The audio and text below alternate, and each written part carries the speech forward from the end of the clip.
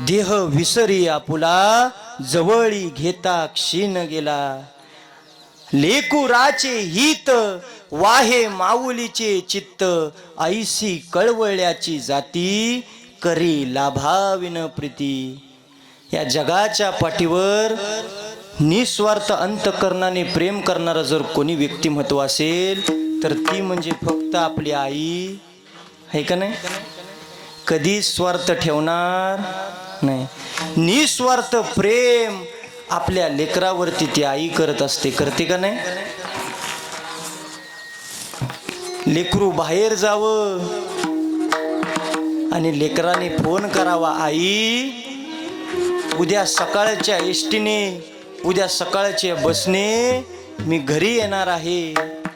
रात्रीपासून आईची लगबग सुरू होते. माझ्या लेकराला आवडणारे पदार्थ ती आई करत असते. तिच्या डोळ्याला डोळा रात्रभर लागत नाही. झोपल्यानंतर 1 वाजल्यानंतर उठते, घड्याळमध्ये टायमिंग बघते तर 1 वाजलेत. पुन्हा आईने झोपण्याचा प्रयत्न करावा. पुन्हा 3 वाजता उठावं, घड्याळाकडे बघावं, अजून किती वेळ आहे. पुन्हा आईने झोपावं. पुन्हा 5:30 वाजता आईला जाग यावी, आईने घड्याळ बघावं, अजून माझं लेकरू आता येणार आहे. पुन्हा आईने झोपावं. 6ला तर उठून सगळी तयारी आई करते आणि लेकराला 6:30 वाजता 7 वाजता आई फोन करते, बाळा अरे किती वाजता येणार आहेस तू. त्या मुलाने सांगावं, आई अगं काळजी करू नको, मी 9 वाजता बरोबर आपल्या गावात पोहोचतोय, मी गाडीला बसलोय आई, 9 वाजता मी घरी येणार आहे. 9च्या 9:15 झाल्या. आईची नजर रस्त्याकडे लागलेली असते. माझं लेकरू आत्ता येईल. लेकराला पाहण्यासाठी आई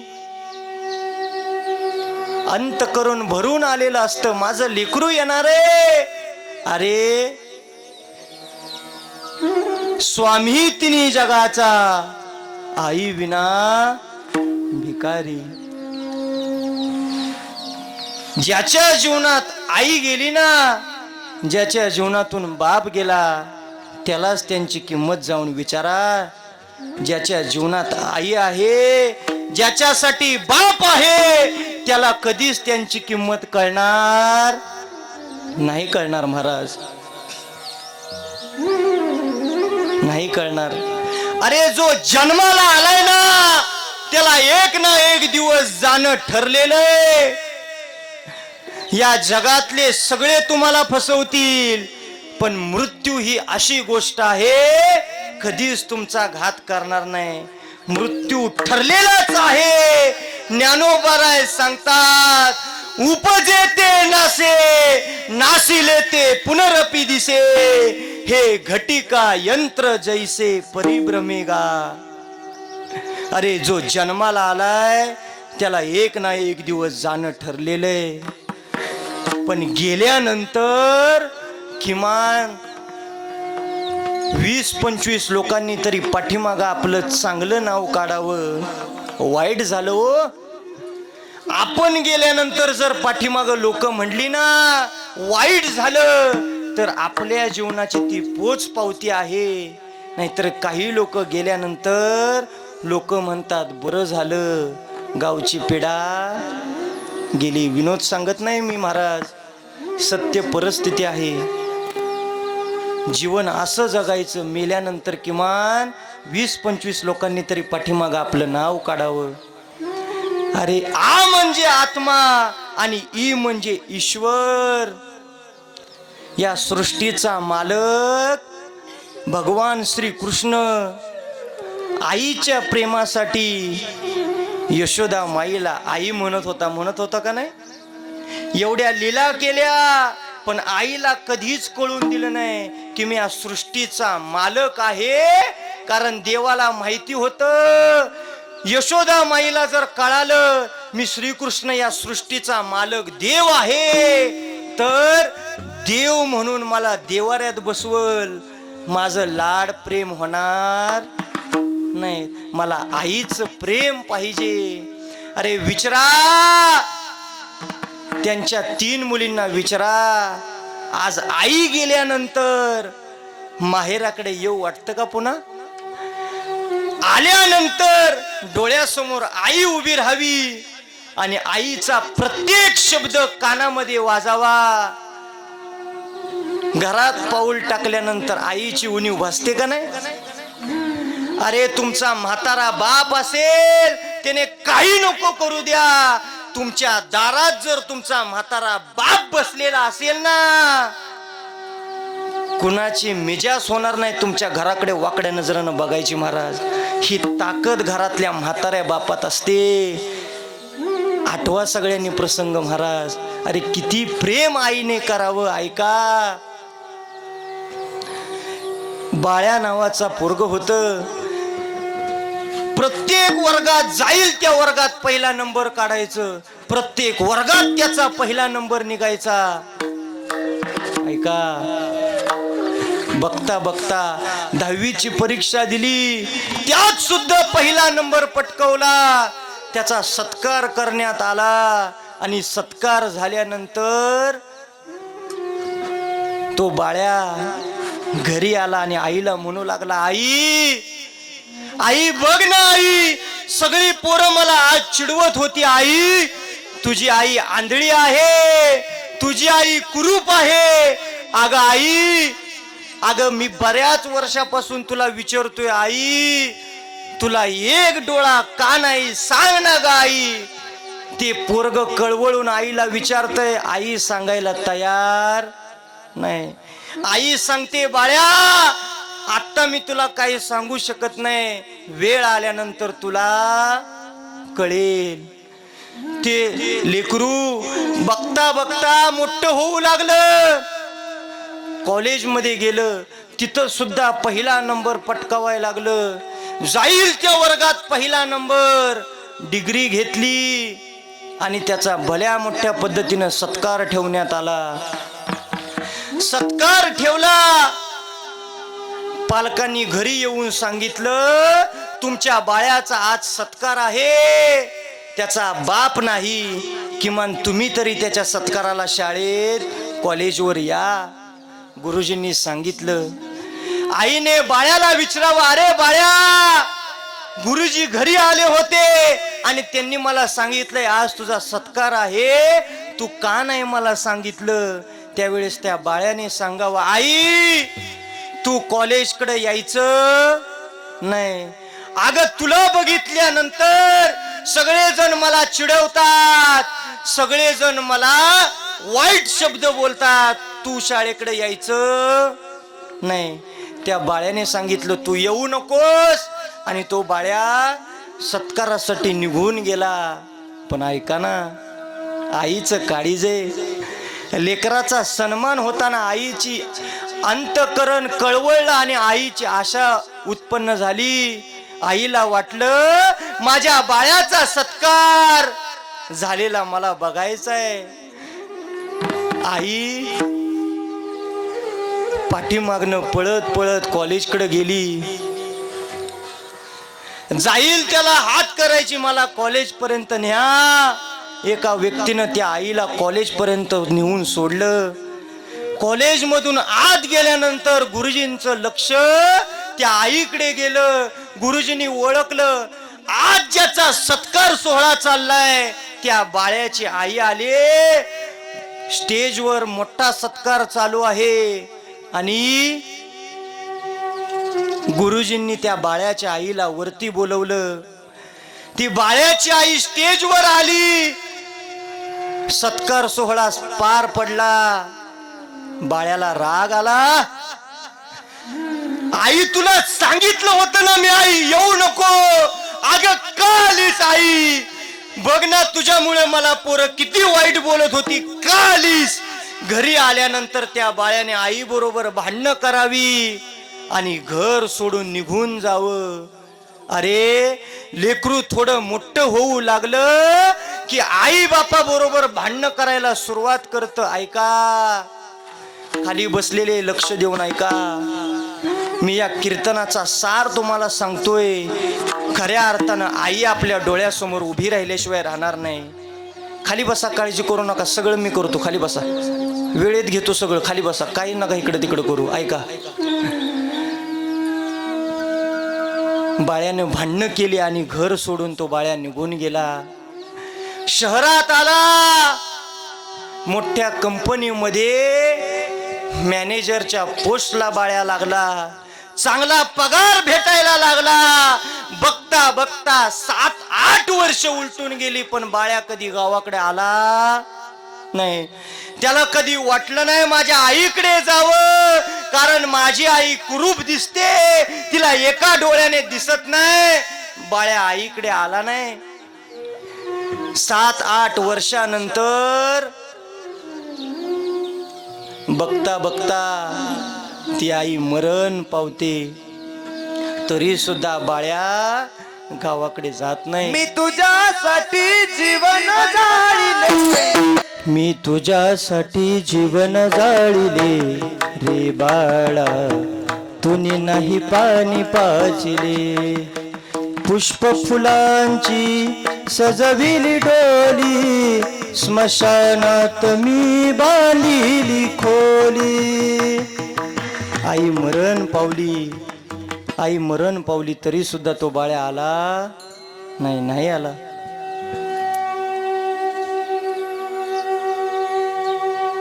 बारा 13 वर्षानंतर त्या बाळ्याचं काम गावाकडे निघावं आणि बाळ्या गावाला येतो. आल्यानंतर काम असतं, ते सगळं काम झाल्यानंतर बाळ्याची पावलं घराच्या दिशेने जातात, तर घराच्या अंगणामध्ये फुटभर गवत उगवलेलं असतं. तो बाळ्या घरामधून आतमध्ये जातो. ऐका रे, आई आणि लेकरू. बाळ्या घरातून आत गेल्यानंतर समोर दिवळी दिसते. आईचा फोटो असतो आणि त्या फोटोच्या बाजूला एक जर्जरीत कागद पडलेला असतो. झालेल्या जाळ्या बाजूला करत तो बाळ्या तो कागद उचलून आपल्या हातात घेतो. ती चिठ्ठी आईने लिहिलेली असते. बाळ्याने तो कागद हातात उचलल्यानंतर वाचायला सुरुवात केल्यानंतर त्यातलं पहिलं वाक्य होतं, बाळा अरे कसा आहेस रे तू? अरे किती वर्ष तुझी वाट बघितली पण तू आला नाहीस रे. अरे एवढा कसला राग होता? अरे 7-8 वर्ष निघून गेली तरी सुद्धा तू आला नाहीस रे बाळ्या. अरे तुझी वाट बघत होती मी पण तू आला नाहीस रे. असला कसला राग होता बाळ्या? अरे कसा आहेस तू? बरा आहेस ना? त्या आईने लिहिलेलं पहिलं वाक्य होतं. त्या बाळ्याच्या लक्षात आलं माझ्या आईला लिहिता सुद्धा येत होतं. आईने पुढे जाऊन लिहिलं, ऐका अरे बाळ्या तू विचारायचं असणार रे मला एक डोळा का नाही, मी कुरूप का दिसते? ऐक बाळ्या, एवढ्या वर्षात मी तुला कधी सांगितलं नाही रे कारण तुला दुःख वाटेल. ऐक बाळ्या. आणि त्या आईने त्यात लिहिलेलं होतं, ऐका. त्या आईने सांगितलं, अरे बाळ्या मी जन्माला आले ना रे तेव्हा सुद्धा मला 2 डोळ्यांनी दिसत होतं. अरे बाळ्या मी मोठी झाले ना तरी सुद्धा मला 2 डोळ्याने दिसत होतं रे. अरे तुझ्या बापा बरोबर माझं लग्न झालं तरी सुद्धा मला या 2 डोळ्यांनी चांगलं दिसत होतं रे. पण मला दिवस गेले. तू पोटामध्ये असताना तुझा बाप आपली साथ सोडून निघून गेला पण तू माझ्या गर्भात होतास रे.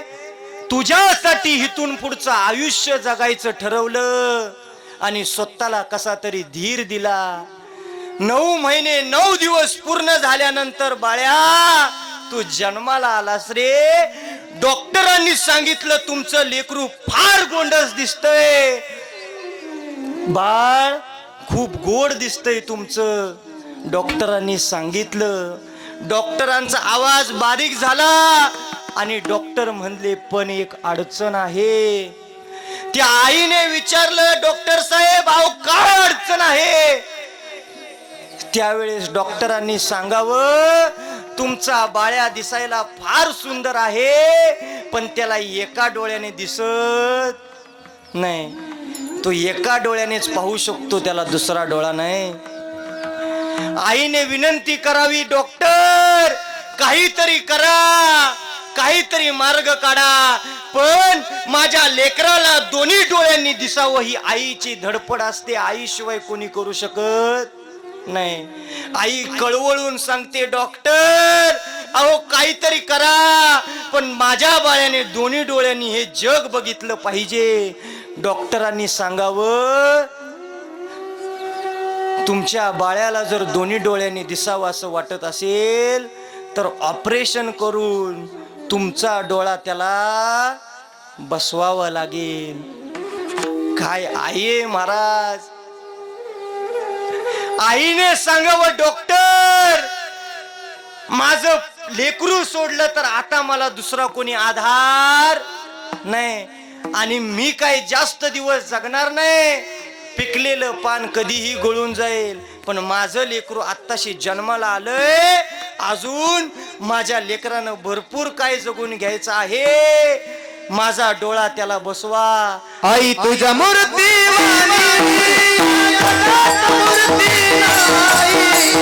अनमोल जन्म दिला गाई तुझे उपकार पिटणार नाही. अनमोल जन्म दिला गाई तुझे उपकार पिटणार नाही. आई तुझ्या मूर्ती या जगात मूर्ती नाही. अनमोल जन्म दिला गाई तुझे उपकार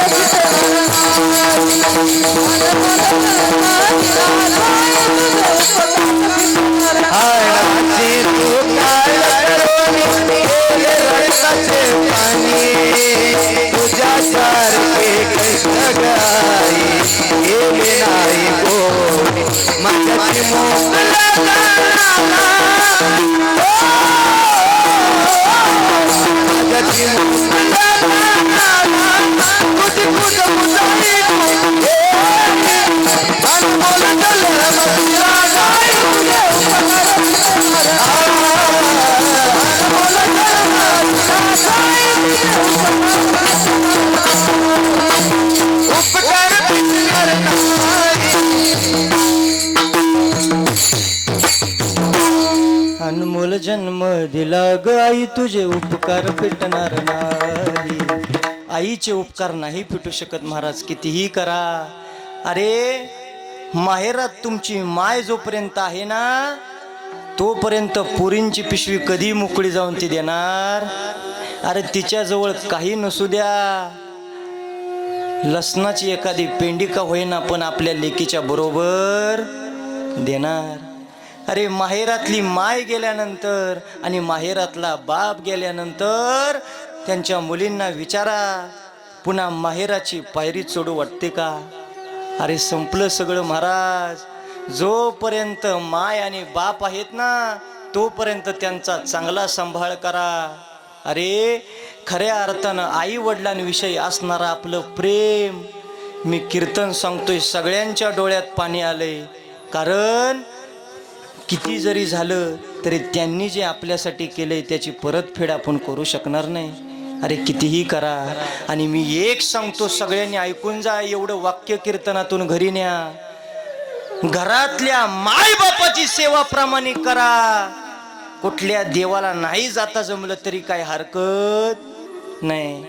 सकळ तीर्थाची धुरे आणि जे का माता पितरे आई वडील घरातला बाप म्हणजे आपला देव आहे. ऐका माय वडिलांचं दर्शन घ्या. 2 लाख वेळा वाराणसीला गेल्यानंतर जे पुण्य पदरात पडतं ना 3 वेळा पृथ्वीला प्रदक्षिणा घातल्यानंतर जे पुण्य मिळतं ना ते माय बापाचं एकदा दर्शन केल्यानंतर पुण्य पदरात पडतं. हे माय बापाचं सामर्थ्य आहे. तुमचा बाप दमला तुमची माय दमली उठता येत नाही त्यांना.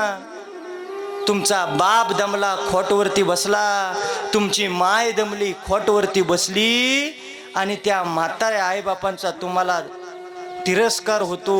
पण ऐका, म्हाताऱ्या आईबापाची थुंकी खाली पडते, घरात घाण होते, तुम्ही रागराग करता. पण एक वाक्य सांगतो ऐका, तुमच्या माय बापाची थुंकी खाली पडत असेल, तुम्ही समोर जात असाल आणि तुमच्या या दोन्ही हाताने तुमच्या माय बापाची जर थुंकी झेलत असाल ना, तर या कीर्तनामध्ये सांगतो, हे दोन हात या जगाच्या बाजारात तुम्हाला कुणाच्या समोर पसरावे लागणार नाहीत. एवढी ताकद माय बापामध्ये आहे, नाही पसरायची गरज लागणार. अरे बाप घराचा पाया असतो आणि आई घराचा कळस असते. दोघांशिवाय घराला पूर्णता येणार नाही. आई वडिलांना ओळखून चला. आईचं प्रेम आपल्यावरती असतं, आईशिवाय प्रेम नाही भेटणार महाराज. अरे अनाथाची माय म्हणून ज्यांना आपण ओळखतो, सिंधुताई सपकाळ ओळखतो का नाही? अरे काय प्रसंग होता. आई आई आई किती आपल्या लेकरांसाठी धडपड करते. ऐका, माझं कीर्तन झालेलं आहे. आई आई आईचं अंतकरण आहे. ऐका, 9 वर्षाचा असताना लग्न झालं. 8 वाजता घरी उठणारी आता नांदायला गेल्यानंतर 4 वाजता उठावं लागत होतं. सासरा जर उठायला उशीर झाला तर लाता घालायचा, वाईट शब्द बोलायचा. सिंधुताई सपकाळ यांच्या जीवनातला प्रसंग आहे. चिंगी म्हणायचे सगळे. ऐका, अरे इतका प्रसंग गोडे. 2 मुलं झाली, 3रं मूल गर्भामध्ये होतं. पाटलाने संशय घेतला, मालकाला राग आला. 2 मुलांबरोबर आणि गर्भातलं 3रं मूल घेऊन घरातून हाकलून लावलं. घरातून बाहेर पडल्यानंतर एखाद्या अनाथालयामध्ये जावं आणि तिथून सुद्धा हाकलून बाजूला काढावं. अरे काय माय काय म्हणतात, माय कशाला म्हणतात. ऐका, लेकरासाठी स्वतःच्या जीवाची सुद्धा पर्वा न करता लेकरासाठी धडपडत असते, तिला माय म्हणावं महाराज. ऐका,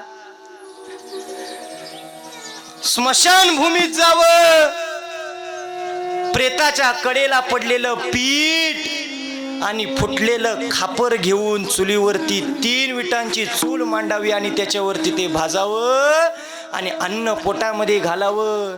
कारण अन्न खाल्लं नाही तर माझ्या गर्भात मूल आहे, ते कदाचित दगावू शकतं. खूप मोठा प्रसंग आहे, वेळ कमी. ऐका, बघता बघता पुण्याला जावं, बस स्टँडवर, रेल्वे स्टेशनवर भीक मागून लेकरांना जगवावं. अनाथ लेकरं सुद्धा बघता बघता जवळ आली, भरपूर लेकरं जवळ आली आणि भीक मागून ती सगळी उदरनिर्वाह करत होती. अरे आई कुणाला म्हणतात ऐका रे. जात असताना 3 मुलं असताना घरातून हाकलून लावलं होतं, पण अनाथाची माय म्हणून अख्ख्या जगाने आज ओळखावं. त्यांचं नाव आहे सिंधुताई सपकाळ. माय म्हणावं महाराज, माई कधी कमी पडत नाही.